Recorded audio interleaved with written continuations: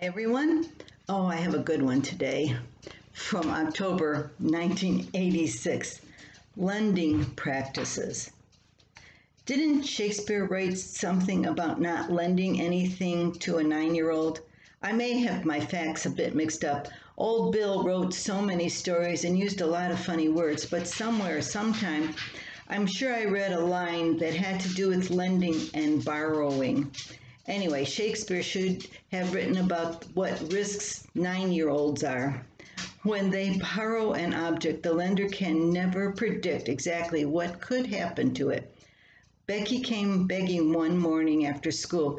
"Can I take our tweezers to class today?" she asked. "I suppose so," I answered as I tucked a sandwich in her lunchbox. "What do you need the tweezers for?"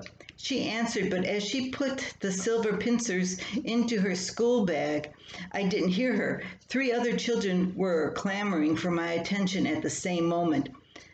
What I did hear, "You don't have to worry, Mom. I'll take care of them. They won't get lost, and I won't even let anyone else use them." Becky was out the door before I discovered I still didn't know what the tweezers were borrowed for. But that was okay. What harm could come to them? Later, I found out what harm could come to the tweezers. After school, I happened to need them to pull a sliver from Russell's finger. I asked Becky if she brought the little tool home. "Oh, sorry, Mom. I left them with my science project. I wasn't finished taking everything apart yet." After I pulled the sliver out with my teeth, I questioned my daughter further. "Well, what's your science project this week?"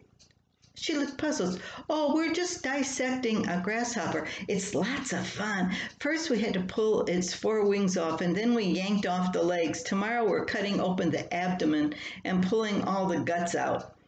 "Ish, is that what you're using my tweezers for?" Becky smiled. "Oh, it's okay. If you wash them real good, you can probably get all the smell off." I let the matter drop. The next trip to town, I bought a new, unsmelly pair of tweezers and saved Becky's for a future dissection project. A few years ago, my toothbrush was borrowed from its holder in the bathroom.